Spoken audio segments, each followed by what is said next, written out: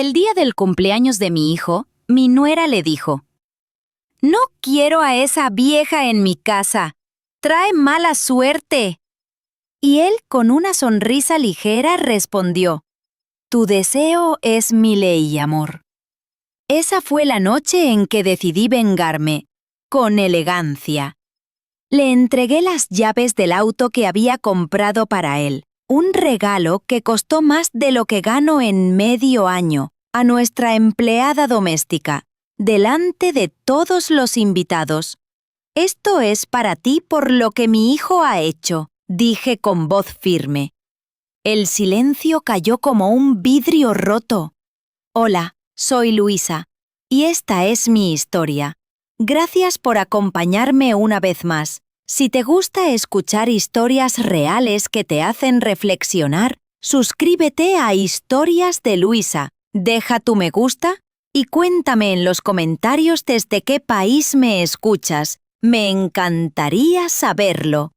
El cumpleaños número 40 de mi hijo Samuel se celebró con una ostentación que me resultaba ajena, casi vulgar. Desde la ventana panorámica del enorme salón, veía el jardín iluminado con docenas de luces cálidas. Todo era perfecto, caro, frío. Detrás de mí, el ruido de las risas, el tintineo de copas y una música impersonal llenaban el aire como un perfume demasiado fuerte. Me sentía como una pieza antigua, colocada en un rincón para decorar.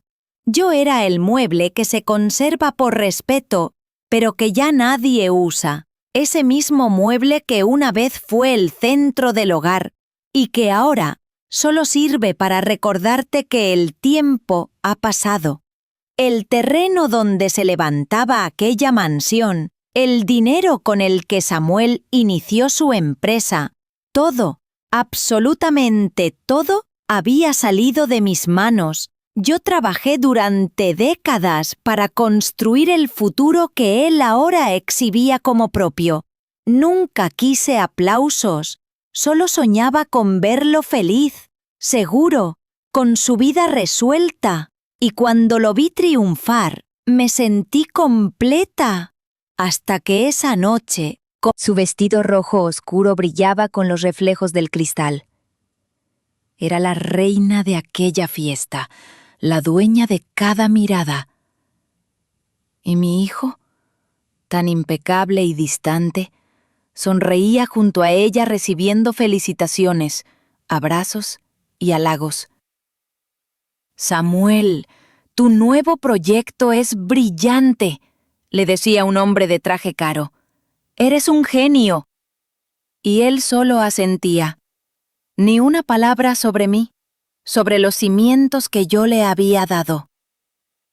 Pero no era rabia lo que sentía. Era algo más profundo. La certeza de que había desaparecido de su mundo sin que nadie lo notara. A veces recordaba aquellos días en nuestro pequeño departamento en Guadalajara. Las noches en las que hacíamos empanadas juntos y él reía cubierto de harina. Esa risa. ¿En qué momento se volvió esa sonrisa educada y vacía? El ruido de la música comenzó a dolerme en la cabeza. Necesitaba aire, silencio. Salí al pasillo oscuro que conducía a la terraza y fue entonces cuando los escuché. Las voces venían del jardín. «No soporto que esté aquí», decía Verónica con un tono venenoso. «Toda la noche con esa cara de mártir. Es mi madre, Vero». «Precisamente, tu madre», le interrumpió. «La gente nos mira como si fuéramos unos miserables. ¿Viste la cara del ministro cuando se acercó a saludarla? Parece una reliquia. Trae mala suerte, te lo juro. No quiero volver a verla aquí». «Trae mala suerte». Esa frase se me clavó como un puñal. Esperé oírlo defenderme. que dijera algo, cualquier cosa. Pero lo que escuché fue su risa baja, cómplice. Tu deseo es mi ley, amor. El mundo se detuvo. No lloré, no grité. Solo sentí cómo el calor me abandonaba el cuerpo. Ya no quedaba ni una. Tomé la pequeña caja de terciopelo que contenía las llaves del automóvil que le había regalado a Samuel, un flamante Audi blanco. Caminé hacia Clara, nuestra empleada de toda la vida, y la vi recoger copas en silencio, ignorada por todos. Me acerqué. Clara, le dije suavemente, por tus años de trabajo y tu bondad, esto es para ti. Abrí la caja y se la entregué. Los murmullos comenzaron a llenar la sala. Clara me miró horrorizada. Señora Luisa, yo no puedo. Ahora puedes, le respondí, cerrando su mano sobre las llaves. El murmullo se transformó en un silencio absoluto. Podía sentir los ojos de todos sobre mí. Podía sentir la furia de Verónica detrás. Pero no me importó. Solo supe que, por primera vez en mucho tiempo, respiraba libre. No esperé reacciones, no busqué miradas. Solo me di la vuelta y caminé hacia la salida, entre el murmullo de los invitados que se abría como el mar ante mí. Cada paso que daba me alejaba de ellos y me acercaba, sin saberlo, a mí misma.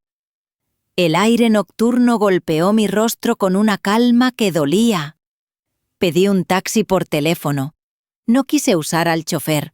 Esperé en la entrada, observando cómo el reflejo de las luces del jardín temblaba sobre los ventanales del salón. Allí, detrás de aquel cristal, se quedaban 40 años de mi vida, convertidos en un decorado perfecto para otros. El taxi llegó. El conductor, un hombre joven, me miró por el espejo y no dijo palabra. El motor rugió suavemente y la casa, ese templo de cristal, comenzó a alejarse, reduciéndose hasta volverse un punto brillante entre los árboles. Por primera vez en años, me sentí liviana, libre incluso, hasta que sonó el teléfono. No necesité mirar la pantalla para saber quién era. Samuel. Contesté sin acercar el aparato al oído. Puse el altavoz y lo dejé. El conductor tensó los hombros, incómodo. La rabia de Samuel llenó el auto como un vapor tóxico. ¡Humillaste a Verónica! ¡La hiciste quedar como una idiota frente a nuestros socios! ¿Sabes lo que significa eso para mí? ¡Para mi empresa! ¡Para mi imagen! Cada palabra era una confirmación, no un reproche. Era la prueba viva de que había hecho lo correcto. ¿Tienes idea de lo que acabas de destruir? Siguió él, la voz ya quebrada por la ira. Esa era una broma de mal gusto. Vas a llamar a Clara, le dirás que todo fue un error, que te confundiste. Y luego me llamarás a mí y juntos arreglaremos esto. Sonreí, pero no de felicidad. Sonreí con la serenidad de quien ya ha dejado de esperar algo de nadie. «Mamá, ¿me oyes?», dijo, alzando aún más la voz. «Vas a disculparte. Hoy mismo. ¿Entendiste?». El silencio que le di fue mi respuesta. Un silencio tan denso que pareció tragarse todo el ruido de la ciudad. Al fin, colgué. Apreté el botón rojo y la paz volvió al coche. El conductor me miró en el espejo retrovisor. «¿Todo bien, señora?». «Sí», respondí suavemente. «Siga, por favor». El resto del trayecto fue silencio. Un silencio distinto. Mío. Por fin, mío. Esa noche dormí profundamente, sin sueños, sin culpa. A la mañana siguiente, la luz entraba por las cortinas de mi pequeño departamento en el centro. El aroma del café llenaba la cocina. Mi viejo perol de cobre, el mismo que usaba con mi difunto esposo, burbujeaba como en los viejos tiempos. No había tristeza, solo calma. Una calma que sabía a principio. El teléfono permaneció en silencio todo el día. Ni una llamada, ni un mensaje. Quizás Samuel esperaba que me arrepintiera. El abogado, un hombre de voz grave y pulcra, respondió con una cortesía casi militar. Señora Márquez, un placer escucharla. Y felicidades por el cumpleaños de su hijo. Me comentaron que fue un gran evento. Sí, respondí. Inolvidable sin duda. Necesito que prepare algo urgente. Una auditoría completa de la empresa familiar. Todos los movimientos financieros del último año, hasta el último peso. Y otra cosa, quiero una copia de todas las facultades legales que otorgué a Samuel. Absolutamente todas. Hubo un breve silencio. El abogado entendió, pero no preguntó. Era demasiado profesional para eso. Lo tendré, señora. 2 días, a más tardar. Colgué, y mientras el clic del teléfono resonaba en la habitación, me di cuenta de que la guerra había comenzado. Los 2 días siguientes pasaron con una extraña quietud. Hice cosas simples. Limpié, cociné, regué mis plantas, volví a leer viejos poemas que guardaba en una caja olvidada. Era como si cada acto cotidiano me devolviera un pedazo de mí. La tarde del segundo día, mientras regaba mis violetas, sonó el teléfono. El corazón me dio un pequeño salto. ¿Licenciado Herrera? Sí, señora. Y temo que debo informarle algo grave. Muy grave. Su tono era distinto. Por primera vez en 20 años lo escuché nervioso. Hace un mes, su hijo solicitó un crédito empresarial muy elevado a nombre del grupo familiar. La solicitud fue aprobada con una firma suya. ¡Imposible!, dije, helándome por dentro. Yo nunca firmé eso. Lo sé, su firma fue falsificada. Y los fondos, pausó, iban a transferirse a una empresa a nombre de Verónica, V. Boutique. El frío me recorrió la espalda, pero el licenciado aún no había terminado. El préstamo se garantizó con sus bienes personales. Licenciado, dije despacio, active la cláusula 21 del acta fundacional. ¿Está segura, señora? Eso es irreversible. Más segura que nunca. Al otro lado del teléfono, silencio. Un silencio que sabía a respeto. Será hecho, dijo finalmente. Esa cláusula era una bomba que mi difunto esposo y yo habíamos dejado en los cimientos de nuestra empresa. Daba al propietario mayoritario, yo, el poder de congelar todas las cuentas, anular las firmas y revocar permisos en caso de fraude. Era el punto sin retorno. Y esa noche, en mi pequeño departamento lleno del aroma de café y tierra húmeda, lo activé sin temblar. Por primera vez en 40 años, me elegí a mí misma. A la mañana siguiente, mientras el sol apenas se filtraba entre los edificios, yo ya estaba despierta. El café hervía en la hornilla, y el sonido del goteo era casi musical. La calma era tan densa que parecía sagrada. Imaginaba cómo, en algún punto de la ciudad, comenzaba a desmoronarse su castillo de cristal. El primer acto debió ocurrir cerca del mediodía. Verónica, como cada jueves, visitaba su boutique en Polanco.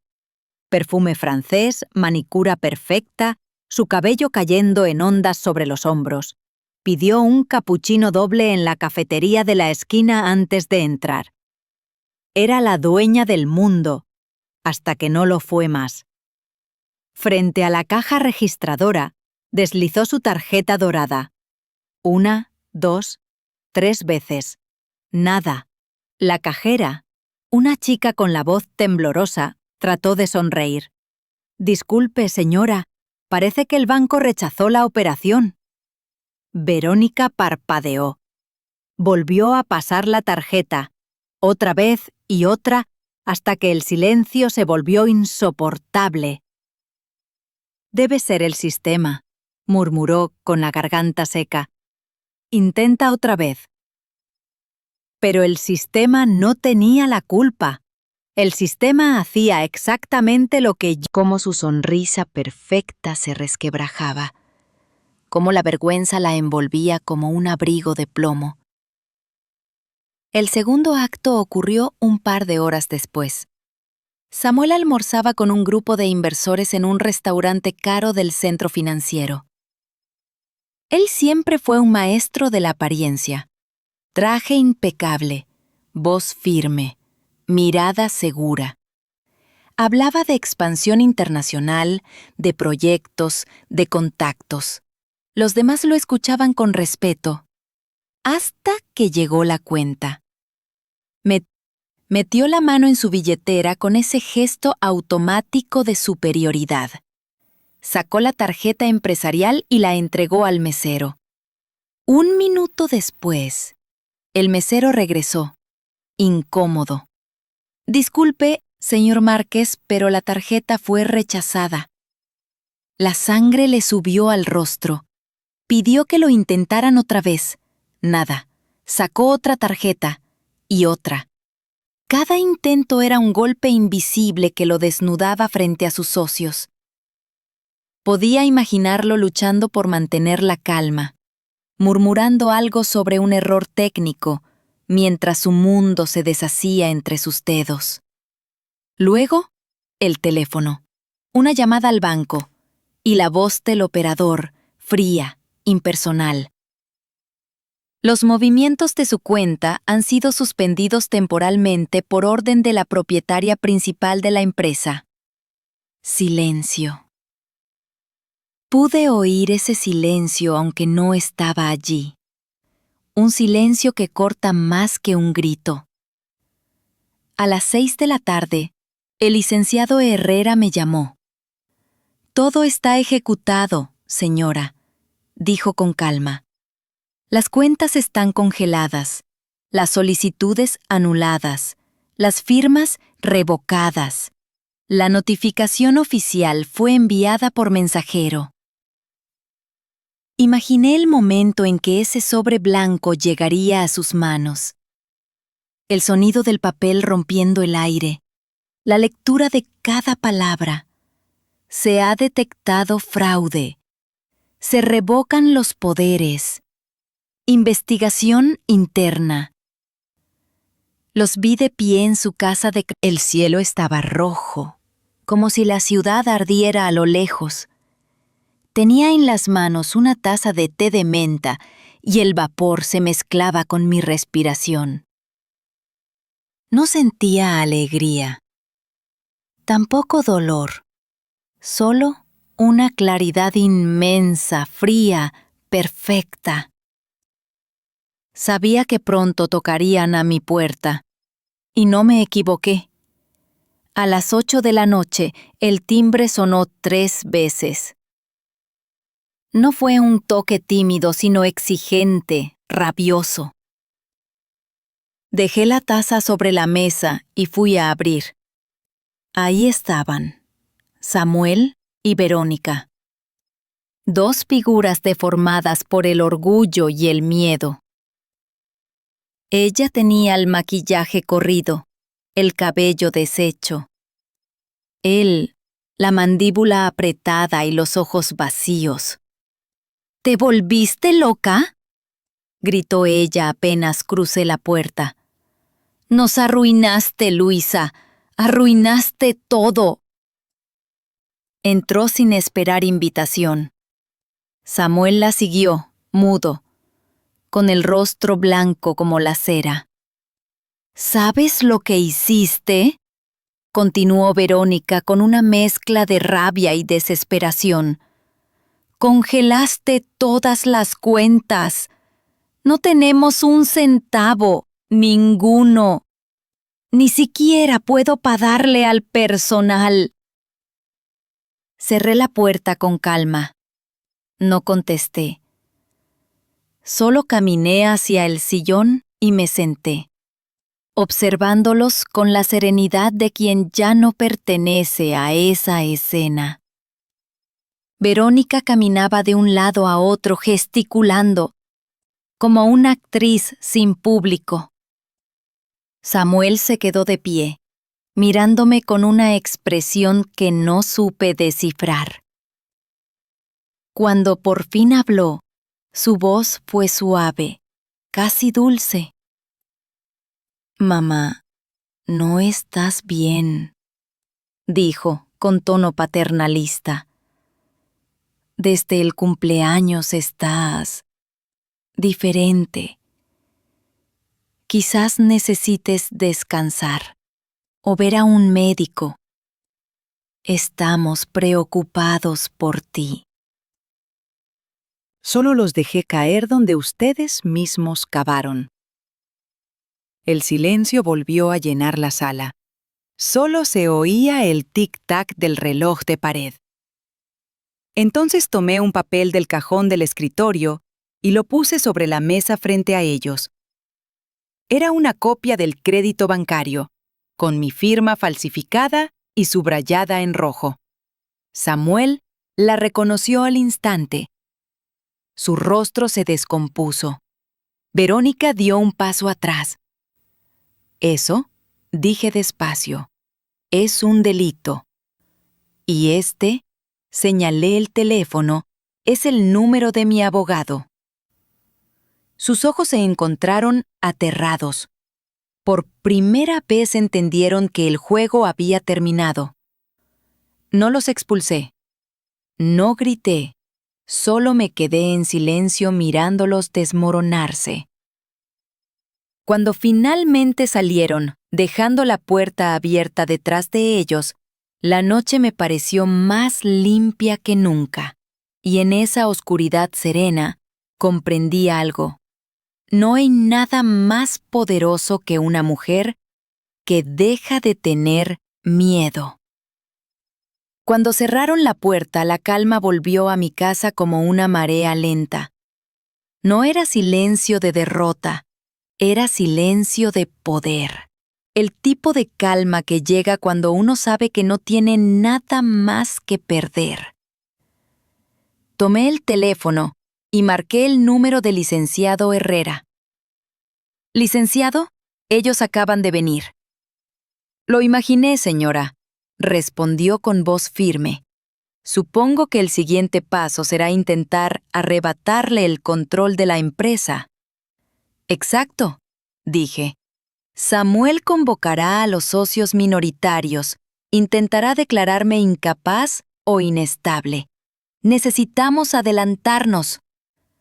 El abogado guardó unos segundos de silencio. Luego dijo con gravedad: «Déjeme encargarme. Esta noche mismo hablaré con ellos, uno por uno». «Perfecto. Lléveles 2 cosas», le indiqué. Primero, la copia del crédito falsificado. Y segundo, mi propuesta de reestructuración interna de la empresa. Todo ese circo que Samuel había convertido en su trono. Volvía a hacer lo que siempre supe hacer: construir desde la base. Cuando terminé, el amanecer se filtraba por las persianas. Sobre la mesa había un plan limpio, transparente, sólido. Un proyecto capaz de salvar la empresa, de mi propio hijo. Al día siguiente, a las 10 de la mañana, Samuel reunió a los socios principales en la sala de conferencias. Yo no asistí. No quería un drama familiar. Quería hechos. Y mis hechos ya estaban sobre esa mesa. Más tarde el licenciado Herrera me relató todo con detalle. Samuel había llegado impecable, como siempre. Traje oscuro, mirada segura, voz pausada. Empezó hablando con falsa compasión. «Mi madre no está bien», dijo. «Ha sufrido una crisis. Está tomando decisiones impulsivas que ponen en riesgo el futuro de la compañía. Como su hijo y como director general, mi deber es proteger este legado». El silencio fue total. Los dos socios, el ingeniero Molina y el arquitecto Rivas, lo observaban con rostros impenetrables. Samuel se envalentonó. Continuó hablando de desequilibrio emocional, de tristeza senil, de falta de juicio. Usó cada palabra como un bisturí, intentando cortarme la credibilidad. Cuando terminó, se reclinó en su silla con la sonrisa confiada de quien cree haber ganado. Entonces, Molina empujó hacia el centro de la mesa un sobre blanco. «Samuel», dijo, «¿puedes explicarnos esto?» Dentro, el documento del préstamo. Mi firma falsificada, el sello del banco y, sobre todo, el nombre de la empresa de Verónica, V. Boutique. El color desapareció del rostro de mi hijo. Intentó balbucear algo. «Mientras tú jugabas a ser emperador», continuó Rivas, «tu madre seguía siendo la única verdadera empresaria de esta compañía». Samuel respiró agitadamente. La máscara se rompía. Por primera vez se vio acorralado sin salida. El voto fue rápido. «Propongo la destitución inmediata del director general, Samuel Márquez, por pérdida de confianza y daño a la reputación de la empresa», dijo Molina con tono glacial. «Apoyo la moción», añadió Rivas. 2 palabras. Por unanimidad. Así terminó su reinado. Esa tarde, mientras el licenciado Herrera me narraba la escena, yo escuchaba en silencio.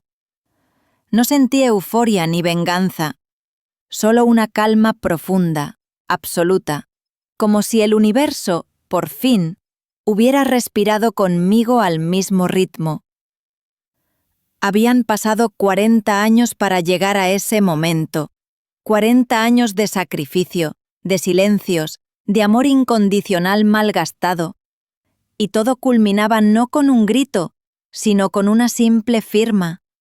Semanas después, el otoño llegó con un sol tibio y hojas doradas cubriendo los parques.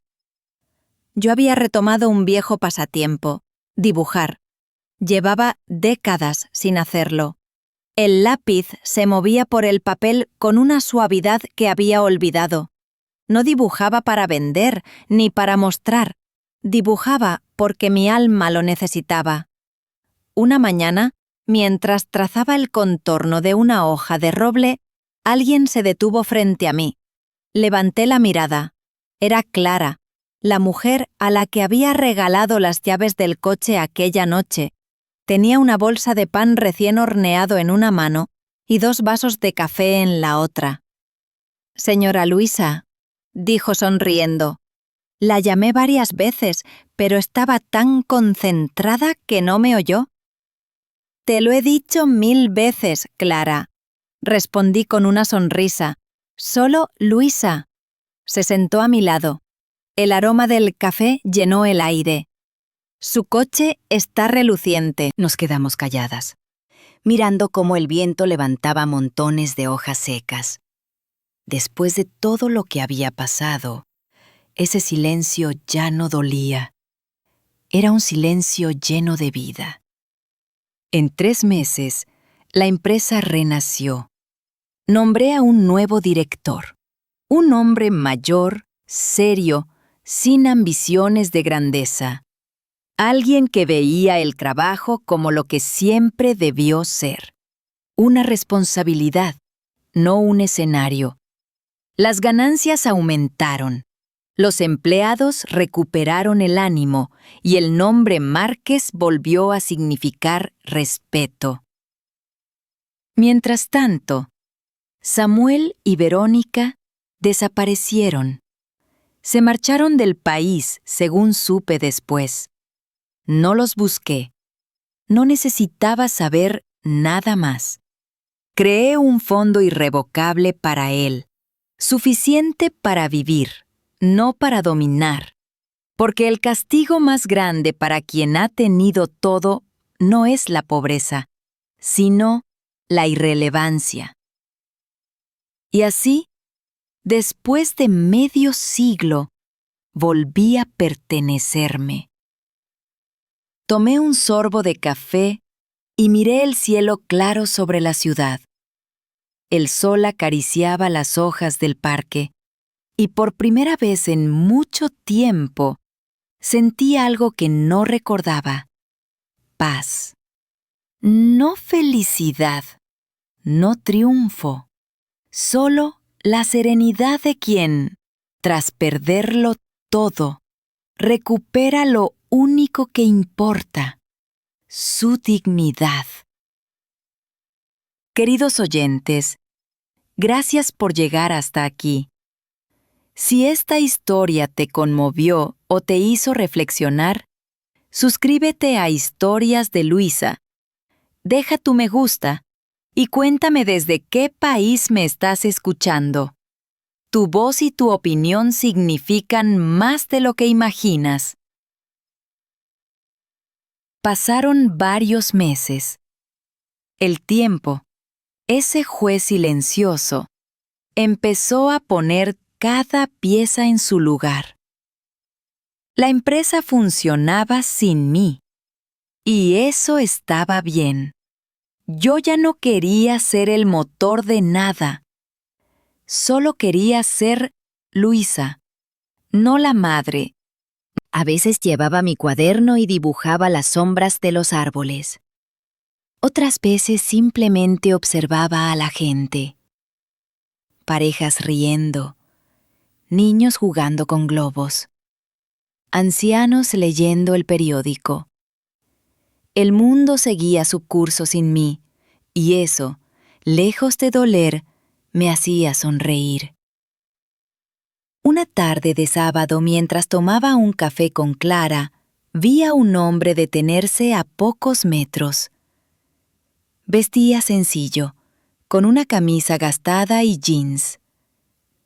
Lo reconocí de inmediato, aunque su postura ya no era la del hombre seguro de sí que solía ser. Samuel. Se acercó despacio con las manos en los bolsillos. Clara lo miró con precaución, pero yo le hice un gesto para que no se moviera. «Hola, mamá», dijo. Su voz era ronca, cansada. «Hola, hijo». Nos quedamos un instante en silencio. El viento movía las hojas secas alrededor de nuestros pies. «Vine a agradecerte», dijo al fin bajando la mirada. «Por el fondo, por no dejarme en la calle». «No lo hice por ti», respondí suavemente. «Lo hice por lo que alguna vez fuiste». Asintió. No se defendió, no discutió. Solo suspiró con una tristeza que no conocía en él. «Verónica se fue», dijo después casi en un susurro. no soportó perderlo todo. Se marchó a España. Yo estoy tratando de empezar de nuevo. No sentí compasión, tampoco rabia, solo una extraña melancolía, como si hablara con el eco de un pasado que ya no me pertenecía. Espero que lo logres, dije con sinceridad, pero no vuelvas a buscarme hasta que no seas capaz de mirarme a los ojos sin vergüenza. Levantó la vista, sus ojos, los mismos que un día me hicieron reír cuando era niño, estaban húmedos. Pensé en todas las mujeres que, como yo, habían vivido a la sombra de los que amaban, que habían dado todo, tiempo, fuerza, sueños, y un día se dieron cuenta de que ya no quedaban nada de sí mismas. Pensé en cómo nos enseñan a sacrificarnos, a callar, a sostener mundos que no son nuestros, y en cómo un día, por fin, una decide soltar. Una mañana de domingo, mientras dibujaba, Clara me dijo algo que me hizo sonreír. ¿Sabe qué, Luisa? Usted tiene otra cara ahora. ¿Ah, sí? Sí, dijo ella. Antes tenía la mirada de quien siempre espera algo. Ahora tiene la mirada de quien ya lo encontró. Me reí bajito. Quizás tenía razón, porque no había nada más que esperar, solo vivir. A veces, en mis caminatas, veía a mujeres mayores cargando bolsas pesadas o hablando con hijos distraídos al teléfono, y en sus gestos reconocía mi antiguo reflejo. A veces quería acercarme, decirles, no esperes a que te lo arrebaten todo para recuperar tu vida. Pero no lo hacía. Cada una debe encontrar su propio límite. El mío llegó aquella noche de cumpleaños, cuando me llamaron vieja. Tal vez para otras llegue en una cocina vacía o en una cama en silencio. Pero llega, y cuando llega, es imposible volver atrás. Esa tarde, Clara me dejó un pastel pequeño sobre la mesa. Por su nuevo comienzo, decía una nota escrita con su letra torpe. Lo miré, sonreí y pensé que por primera vez en muchos años tenía algo que celebrar. No mi victoria, sino mi paz. Queridos oyentes, si alguna vez sentiste que diste demasiado, que te perdiste en los demás hasta olvidar quién eras, esta historia es para ti. Porque nunca es tarde para volver a empezar. Nunca. Y si te gustó escucharla, no olvides suscribirte a Historias de Luisa. El tiempo no curó nada. Las heridas profundas no se curan, se convierten en cicatrices. Pero me enseñó a caminar sin mirar atrás. La gente dice que el perdón libera. Yo no sé si los he perdonado, pero sí me liberé. Y eso, al final, es lo único que importa. Mi vida se volvió sencilla. Despertar temprano, preparar tacé, escuchar la radio, cuidar mis plantas, pequeños rituales que antes parecían insignificantes, ahora eran mis anclas, mis certezas. Los domingos salía a comprar flores, siempre lilas, porque mi esposo solía decir que eran el color de las almas fuertes, y mientras el florista me envolvía el ramo en papel marrón, yo pensaba que quizás él también estaría orgulloso de mí, de la mujer en la que me había convertido después de todo. Una tarde, Clara llegó agitada, con un teléfono en la mano. «Luisa, tiene que ver esto», dijo con los ojos muy abiertos. Era una noticia. En la pantalla, en la título frío, un titular frío. el exempresario Samuel Márquez detenido por fraude fiscal. Me quedé inmóvil, observando las letras. Leí 2 veces, 3. Decían que había intentado crear una empresa falsa para desviar dinero. Nada grande, nada épico, solo otra mentira más. Otra huida hacia adelante. Clara me miró con preocupación. ¿Está bien? Sí, respondí bajando el teléfono. Estoy bien. Y lo estaba, porque ya no era mi problema, ya no era mi hijo, mi carga, mi culpa. Era solo un hombre enfrentando sus propias decisiones. Esa noche salí al balcón. El cielo estaba limpio, la ciudad respiraba con ese ritmo calmo que solo se escucha cuando uno está en paz.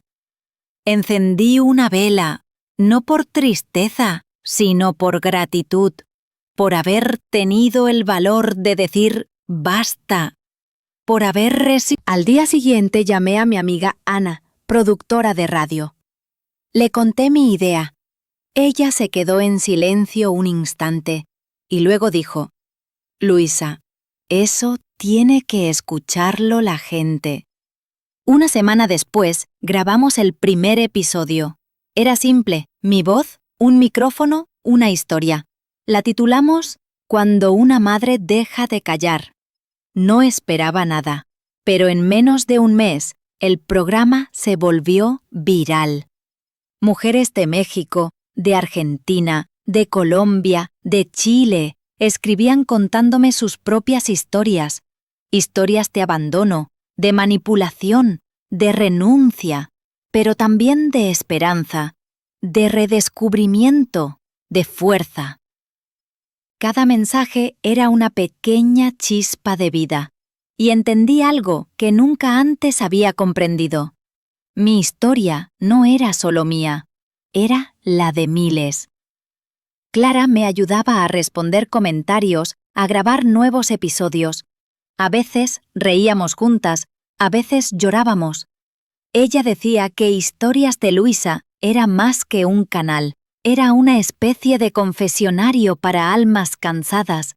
Yo solo sabía que hablar me sanaba. No porque necesitara justificarme, sino porque por fin me sentía escuchada. Un día, mientras grababa un nuevo capítulo, dije algo que no estaba en el guión, algo que salió directamente de lo más profundo. No hay peor prisión que la gratitud mal entendida. A veces creemos que debemos agradecer a quienes solo nos usan o perdonar a quienes nunca se arrepienten. Pero la libertad empieza cuando dejas de hacerlo, cuando decides que mereces paz, aunque los demás no la entiendan. Apagué el micrófono y me quedé en silencio. Sabía que ese episodio sería importante. A la mañana siguiente abrí el correo. Había cientos de mensajes. Entre ellos, uno me dejó helada. Remitente: Samuel Márquez. Asunto: gracias.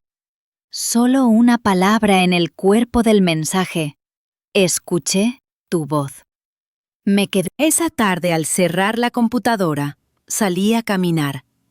El aire era fresco y por un momento, al ver el reflejo del sol en las ventanas, pensé que la vida, mi vida, al fin había encontrado su forma. No perfecta, no gloriosa, solo verdadera. Han pasado casi 2 años desde aquel cumpleaños que cambió mi destino. A veces me parece una vida entera, otras, apenas un instante. El tiempo es curioso. No se mide en días, sino en decisiones, y desde aquella noche, cada una de las mías fue una pequeña victoria. Vivo sola, sí, pero no estoy sola. He aprendido a disfrutar del silencio, de los sonidos pequeños que antes ignoraba. el ruido del agua en la cafetera, el crujir del papel cuando dibujo, el canto de los pájaros en la mañana. Mi casa huele a café, lavanda y pintura. Clara viene 2 veces por semana, y las demás horas me basto con mis pensamientos. A veces me preguntan si no me da miedo envejecer, y siempre respondo lo mismo. No me da miedo la edad, me da miedo no haber vivido. Antes, cada arruga era una derrota. Ahora, cada una es una historia que conté, una lágrima que sobrevivió, una carcajada que me hizo libre. Mi cuerpo ya no es joven, pero mi espíritu por fin no tiene cadenas. Y cuando lo pienso, entiendo que esa libertad me costó caro. Demasiado caro. Pero también sé que valía cada herida. Una tarde de lluvia, mientras grababa un nuevo episodio de Historias de Luisa, una oyente de Lima me escribió: Luisa, escucharte me dio el valor de dejar a mi hijo ir. Siempre creí que amarlo era salvarlo, pero entendí que a veces amarlo es dejarlo caer. Leí su mensaje en voz alta, y por primera vez en mucho tiempo lloré. No de dolor, sino de reconocimiento, porque eso era exactamente lo que yo había hecho. Cuento historias de mujeres que empezaron de cero, de hombres que aprendieron a pedir perdón, de ancianos que descubrieron que nunca es tarde para cambiar. Y entre cada historia, mi voz tiembla un poco menos. Ya no hablo desde la herida, sino desde la cicatriz. Un día, Clara trajo una caja envuelta en papel azul. «Es un regalo», dijo sonriendo, «de alguien que no quiso dejar su nombre». Dentro había un cuaderno de tapas duras, y en la primera página, una nota con letra conocida. «Gracias por enseñarme lo que significa la palabra dignidad. Con amor, S». No necesitaba más. No lloré. Solo cerré los ojos y susurré: «Ahora sí, hijo. Ahora sí te escuché yo». Guardé la nota entre mis dibujos como quien guarda una flor seca, no por nostalgia, sino por gratitud. El canal creció más de lo que imaginé. Mujeres de todas partes contaban sus historias, y cada una, al compartir, curaba un pedazo de la otra. Era como si todas fuéramos parte de una misma voz. Empecé a recibir invitaciones para hablar en universidades, en foros, en programas de radio. Yo, que antes temía ser invisible, ahora era escuchada por miles, pero nunca me creí una maestra, solo una mujer que sobrevivió a sí misma.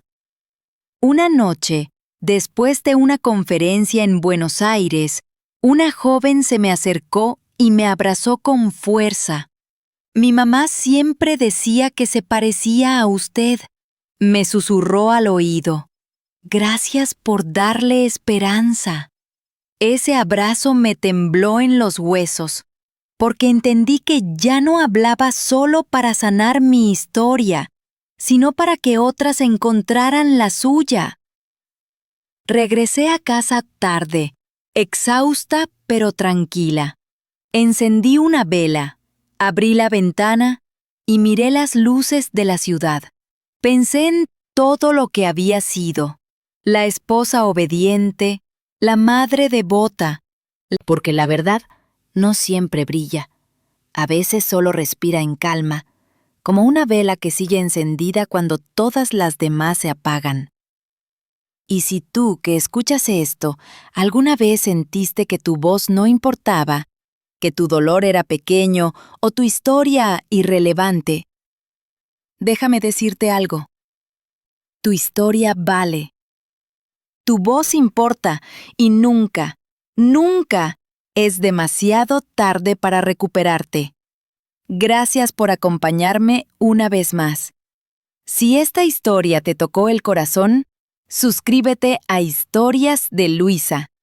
Comparte este episodio y cuéntame desde qué país me escuchas. No por mí, sino porque cada comentario, cada palabra, es una chispa que puede encender otra vida. El tiempo no avisa cuando empieza a volverse amable. Simplemente, un día te despiertas y ya no duele tanto. Ya no hay urgencia. Ya no esperas llamadas que no llegan, ni disculpas que nunca vendrán. Solo hay silencio, pero un silencio distinto, de esos que acompañan, que no pesan. Han pasado casi 5 años desde todo aquello. Vivo en una casa pequeña cerca del mar, en la costa del Pacífico. No hay lujo, pero hay espacio para respirar. Cada mañana abro las ventanas y dejo que el aire salado me despeine el alma. A veces camino por la orilla, descalza, dejando que las olas borren mis huellas. Y pienso que la vida, al final, se parece al mar. A veces te arrastra, a veces te limpia, pero siempre te devuelve algo que creías perdido. Clara sigue conmigo, claro. Dice que no me dejará ni aunque el cielo se caiga. Ahora es más amiga que empleada. Una hermana elegida por la vida. Pasamos las tardes tomando mate o café, hablando poco, riendo mucho. Ella dice que mi risa suena distinta. Y tiene razón. Antes era una risa contenida, de quien teme molestar. Ahora es una risa suelta, libre. Usted me hizo entender que todavía puedo empezar. Otra desde Chile me envió una foto con su madre escuchando juntas el canal. Sonreían. Esa sonrisa era el verdadero éxito. No las visualizaciones, ni los comentarios, ni los premios. Solo eso. 2 mujeres riendo juntas, entendiendo que no están solas. Hace un mes cumplí 60 años. No hice fiesta, ni brindis, ni discursos. Solo encendí una vela, cociné pan casero y lo compartí con Clara y 2 vecinas. Nos reímos mucho, recordamos cosas simples. Cuando soplé la vela no pedí deseos, solo di gracias por estar viva, por seguir aprendiendo, por tener paz. Esa noche, mientras el viento golpeaba las ventanas, abrí mi viejo cuaderno de dibujos. Entre las hojas encontré el papel con la nota de Samuel. Gracias por enseñarme la palabra dignidad. El papel ya estaba amarillento, pero las letras seguían firmes. Lo toqué con la punta de los dedos sin tristeza. Y pensé, quizás él también haya cambiado. Quizás en algún rincón del mundo haya aprendido lo mismo que yo. No necesito saberlo. El amor, cuando madura, deja de exigir respuestas, solo desea paz para ambos. A veces la gente me pregunta cómo se aprende a perdonar, y yo respondo siempre igual: no se aprende, se comprende. Un día simplemente entiendes que seguir odiando es seguir encadenada y que la libertad empieza cuando ya no necesitas que el otro sufra. El perdón no es un regalo para quien te hirió, es una puerta que abres para poder salir tú. Hace poco me invitaron a dar una charla en una universidad de Quito. El auditorio estaba lleno de jóvenes, la mayoría mujeres. Me temblaban las manos antes de subir al escenario, no por nervios, sino por gratitud. Les hablé de la importancia de la dignidad, de no permitir que el amor, no por orgullo, sino porque sentí que por fin todo valió la pena. Esa noche, en el hotel, miré el cielo desde la ventana. Pensé en mi esposo, en mis padres, en la joven que fui. Pensé en la Luisa que lo dio todo, en la que se rompió y en la que renació de sus propias ruinas. No era la misma mujer. Era una versión más simple, más ligera, más mía. Y me di cuenta de algo hermoso, que había dejado de vivir con miedo a ser olvidada, porque ahora sabía que había dejado una huella donde realmente importaba. No en el dinero, ni en las empresas, sino en los corazones.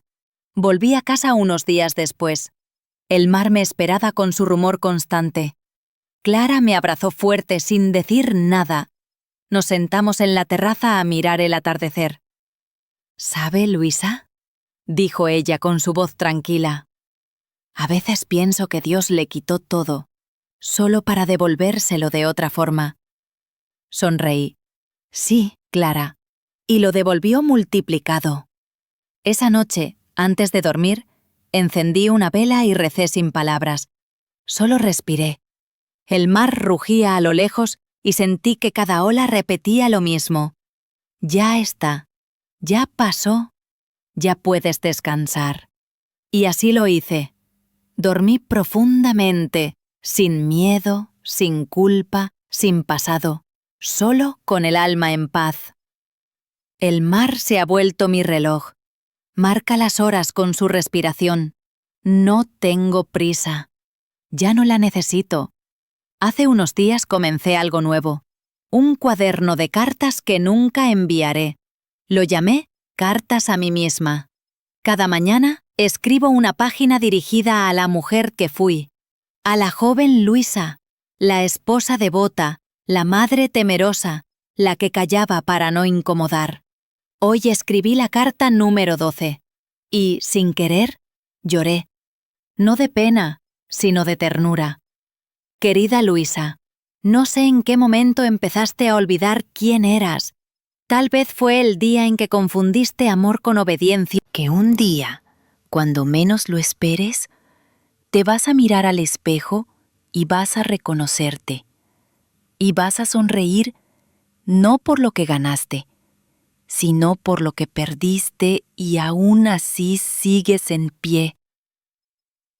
Te prometo que un día dejarás de tener miedo. Y cuando eso pase, el mundo no cambiará, pero tú sí. Y eso será suficiente. Cerré el cuaderno y me quedé mirando el horizonte.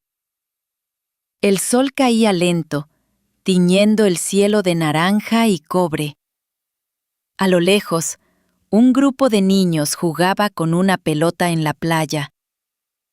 Sus risas me recordaron a Samuel cuando era pequeño, cuando todavía me decía mamá, con la inocencia de quien no sabe que la vida separa incluso a los que más se aman. No sentí tristeza, sentí gratitud, porque incluso el dolor tiene su lugar en la historia. Sin él, no habría aprendido a resistir. Clara llegó con pan recién horneado. El aroma llenó la casa. Nos sentamos en la terraza, como cada tarde, a ver cómo el sol se hundía detrás del mar. ¿Sabes qué pensé hoy?, me dijo ella mientras untaba mantequilla. ¿Qué cosa? Que la vida es como este pan. Hay que amasarla, dejarla reposar, y solo cuando parece que no pasa nada, crece. Reí con suavidad. Tienes razón, Clara. Y a veces también se quema. Sí, dijo riendo, pero siempre se puede volver a empezar. Nos quedamos en silencio, viendo cómo el cielo se oscurecía. Era un silencio lleno, amable, sin fantasmas.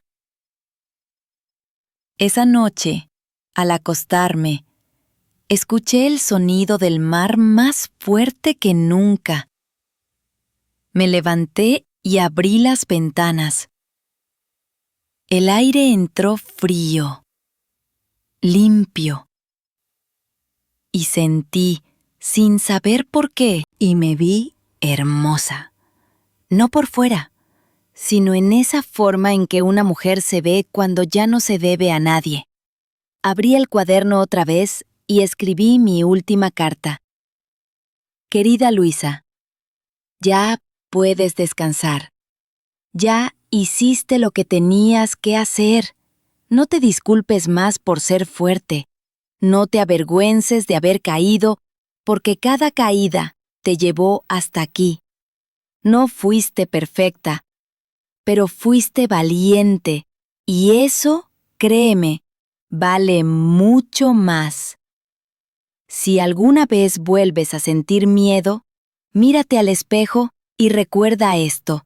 Sobreviviste a todo lo que juraste que no podrías soportar. Y aún así, aquí estás, viva, libre, en paz. Dejé la pluma sobre la mesa. El mar seguía rugiendo afuera, pero ya no sonaba lejano. Era como si respirara conmigo.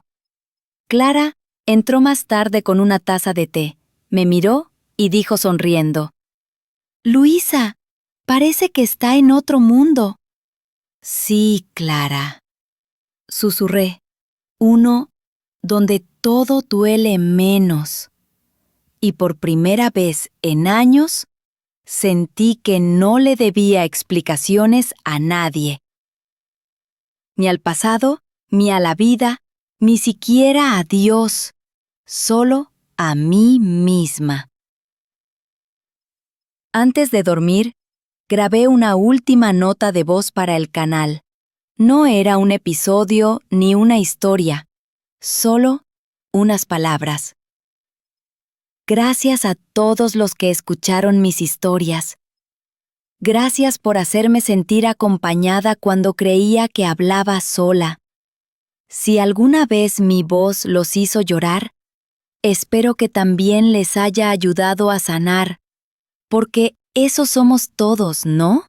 Cuentos andantes que buscan volver a casa. Apagué la grabadora y cerré los ojos. La noche olía a sal y pan recién hecho. El mar amaneció tranquilo aquel día. El viento casi no soplaba y las gaviotas flotaban sobre el horizonte como si también supieran que algo sagrado. Días después, Clara llamó a Ana, mi amiga productora. Juntas revisaron la casa, ordenaron mis cosas y en el escritorio encontraron el cuaderno de tapas duras. Cartas a mí misma. En la última página, escrita con tinta azul, había una sola línea. Si alguien lee esto, que no me llore. Prefiero que viva. Ana lloró, por supuesto, pero después sonrió y dijo en voz baja: «Eso también lo voy a contar». Un mes más tarde, se publicó un episodio especial en el canal Historias de Luisa. Se titulaba «La mujer que aprendió a irse en paz». La voz de Ana era suave, temblorosa, mientras leía fragmentos de mis cartas. Miles de personas escucharon ese episodio en silencio, desde todos los rincones del mundo. Mujeres, hombres, ancianos, jóvenes. Algunos dejaron comentarios. «Gracias, Luisa, por enseñarme a soltar. Escucharte fue como abrazar a mi madre. No te fuiste, Luisa. Sigues aquí». Y tenían razón, porque las voces nunca mueren cuando han dicho la verdad. Clara siguió viviendo en la casa del mar, cuidaba las plantas, el perro viejo y la grabadora que aún guardaba mis archivos. A veces, por las noches, Encendía una vela frente al balcón y dejaba que el sonido del mar la acompañara. Decía que aún podía escucharme reír entre las olas. Quizás era cierto. Un año después, en una universidad de Bogotá, una profesora proyectó uno de mis episodios ante sus alumnas. El tema era el poder de la voz femenina en la narrativa contemporánea. Cuando terminó la grabación, hubo silencio. Una estudiante levantó la mano y dijo: ¿Esa mujer todavía vive? La profesora sonrió. Sí, respondió, vive en cada una de ustedes, si se atreven a no callar. Y así, mi historia siguió viajando, de boca en boca, de auricular en auricular. Un eco suave, que no pide nada, que solo susurra: vive, aunque duela, suelta, aunque temas, ama, aunque se rompa. A veces imagino mi alma flotando sobre el mar, entre la espuma y el viento, no como un fantasma, sino como una historia que aprendió a descansar. Ya no necesito ser recordada, solo espero que alguien, en alguna parte, encuentre en mis palabras el valor que yo tardé tanto en encontrar. Porque eso es lo que somos todos, ¿no? Historias contándose unas a otras, intentando no olvidarse. Y si estás escuchando esto ahora, si llegaste hasta el final, déjame decirte algo con el corazón tranquilo. No esperes a que la vida te rompa para despertar. No esperes a perderlo todo para entender lo que vales. Hazlo hoy. Hazlo ahora. Vive, aunque nadie te aplauda. Vive, porque la vida, aunque duela, es el único milagro que realmente nos pertenece. Gracias por escucharme, por acompañarme en este viaje, por ser parte de Historias de Luisa. Y recuerda, si alguna vez mi voz te ayudó a seguir adelante, entonces no me he ido. Sigo aquí, en cada historia que aún te falta por contar. Y el silencio, por fin, sonaba a descanso.